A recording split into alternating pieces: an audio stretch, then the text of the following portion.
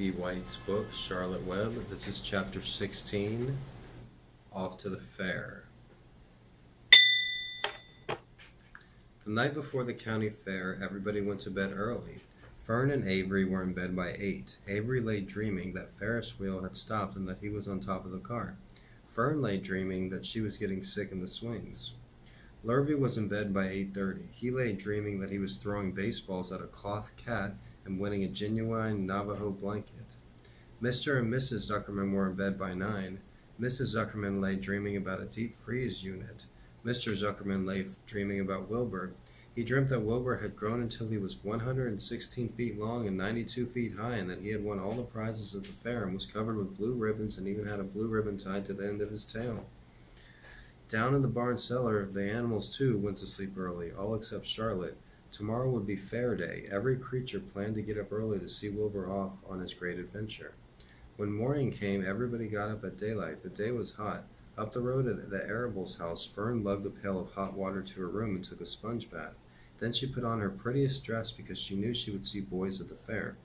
Mrs. Arable scrubbed the back of Avery's neck and wet his hair and parted it and brushed it down hard until it stuck to the top of his head, all but 6 hairs that stood straight up. Avery put on clean underwear, clean blue jeans, and a clean shirt. Mr. Arable dressed, ate breakfast, and then went out and polished his truck. He had offered to drive everybody to the fair, including Wilbur. Bright and early, Lurvy put clean straw in Wilbur's crate and lifted it into the pig pen. The crate was green. In gold letters it said, "Zuckerman's famous pig." Charlotte had her web looking fine for the occasion. Wilbur ate his breakfast slowly. He tried to look radiant without getting food in his ears. In the kitchen, Mrs. Zuckerman suddenly made an announcement. "Homer," she said to her husband, "I am going to give that pig a buttermilk bath." "A what?" said Mr. Zuckerman. "A buttermilk bath. My grandmother used to bathe her pig with buttermilk when it got dirty. I just remembered." "Wilbur's not dirty," said Mr. Zuckerman proudly. "He's filthy behind the ears," said Mrs. Zuckerman. "Every time Lurvy slops him, the food runs down around the ears.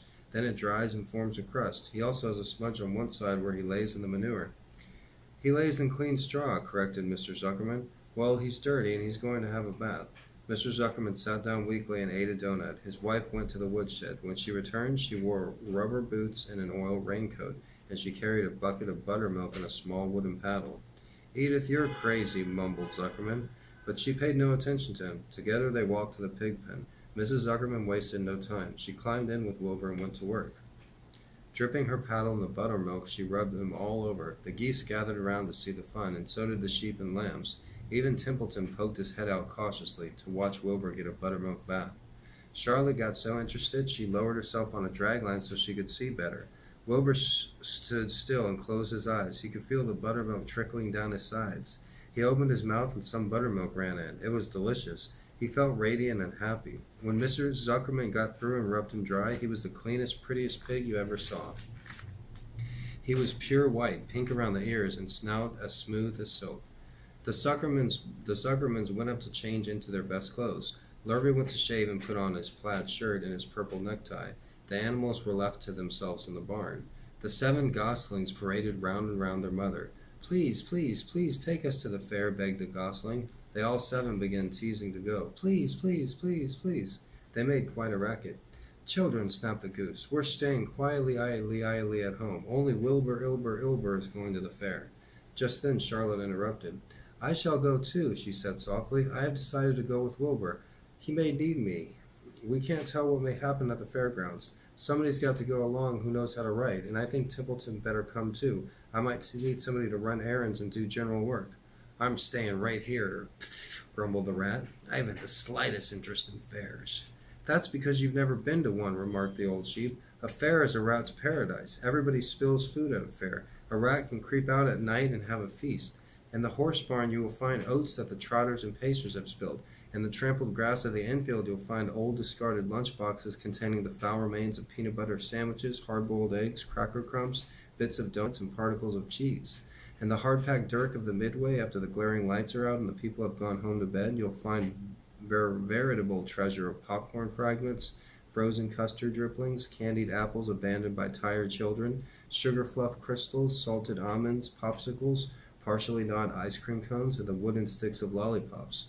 Everywhere is loot for a rat, in tents and booths and haylofts. Why, a fair has enough disgusting leftover food to satisfy a whole army of rats. Templeton's eyes were blazing. Is this true? He asked. Is this appetizing yarn of yours true? I like high living, and what you say tempts me. It is true, said the old sheep. Go to the fair, Templeton. You will find that the conditions at the fair will surpass your wildest dreams. Buckets with sour mash sticking to them, tin cans containing particles of tuna fish, greasy paper bags stuffed with rotten... That's enough, cried Templeton. Don't tell me any more. I'm going. Good, said Charlotte, winking at the old sheep. Now then, there is no time to be lost. Wilbur's soon to be put in the crate. Templeton and I must get in the crate right now and hide ourselves. The rat didn't waste a minute. He scampered over to the crate, crawled between the slats, and pulled straw up and over him so he was hidden from sight. All right, said Charlotte, I'm next. She sailed into the air, let out a drag line, and dropped gently to the ground. Then she climbed the side of the crate and hid herself inside a knothole in the topboard. The old sheep nodded. What a cargo, she said. That sign ought to say Zuckerman's famous pig and 2 stowaways. Look out, the people are coming a-umming, shouted the gander. Cheese it, cheese it, cheese it. The big truck with Mr. Arable at the wheel backed slowly down toward the barnyard. Lurvy and Mr. Zuckerman walked alongside.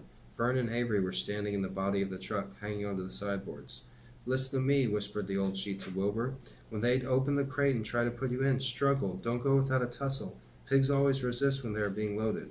If I struggle, I'll get dirty, said Wilbur. Never mind that. Do as I say. Struggle. If you were to walk into the crate without resisting, Zuckerman might think you were bewitched. He'd be scared to go to the fair. Templeton poked his head up through the straw. Struggle if you must, he said, but kindly remember that I'm hiding down here in the crate and I don't want to be stepped on or kicked in the face or pummeled or crushed in any way or squashed or buffed about or bruised or lacerated or scarred or biffled. Just watch what you're doing, Mr. Radiant, when they get me shoving you in. That's Templeton, he goes, with his whiskers. The truck backed slowly to the pig pen and stopped. Mr. Arable cut the motor. Oh no, be quiet, Templeton, said the sheep. Pull in your head, they're coming. Look radiant, Wilbur. Lay low, Charlotte. Talk it up, geese. The truck backed slowly to the pig pen and stopped. Mr. Arable cut the motor, got out, walked to the rear, and lowered the tailgate. The geese cheered. Mr. Arable got out of the truck. Fern and Avery jumped to the ground. Mr. Zuckerman came walking down from the house. Everybody lined up at the fence and stood for a moment admiring Wilbur and the beautiful green crate. Nobody realized that the crate already contained a rat and a spider. That's some pig, said Mr. Arable. He's terrific, said Lurvy. He's very radiant, said Fern, remembering the day he was born. Well, said Mrs. Zuckerman, he's clean anyway. The buttermilk certainly helped. Mr. Arable studied Wilbur carefully. Yes, he's a wonderful pig, he said. It's hard to believe that he was the run of the litter. You'll get some extra good ham and bacon, Homer, when it comes time to kill that pig. Wilbur heard these words and his heart almost stopped. I think I'm going to faint, he whispered to the old sheep who was watching. Kneel down, whispered the old sheep. Let the blood rush to your head. Wilbur sank to his knees, all radiance gone, his eyes closed. Look, screamed Fern, he's fading away. Hey, watch me, yelled Avery, crawling on all fours into the crate. I'm a pig, I'm a pig. Avery's foot touched Templeton under the straw. What a mess, thought the rat. What fantastic creatures boys are. Why did I let myself in for this? The geese saw Avery in the crate and cheered.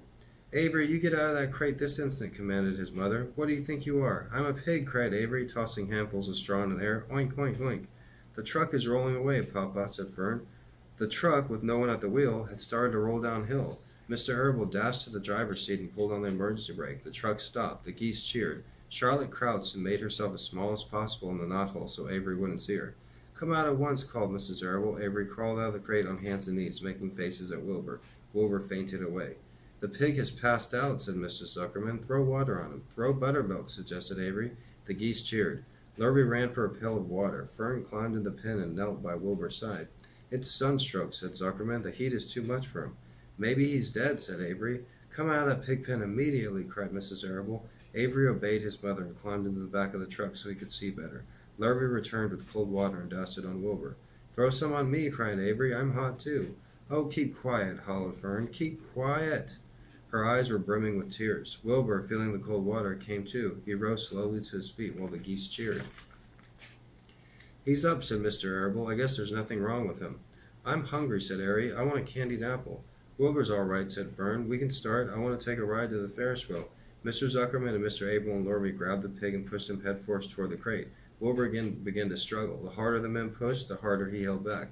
Avery jumped down and joined the men. Wilbur kicked and thrashed and grunted. "Nothing wrong with this pig," said Mr. Zuckerman cheerfully, pressing his knee against Wilbur's behind.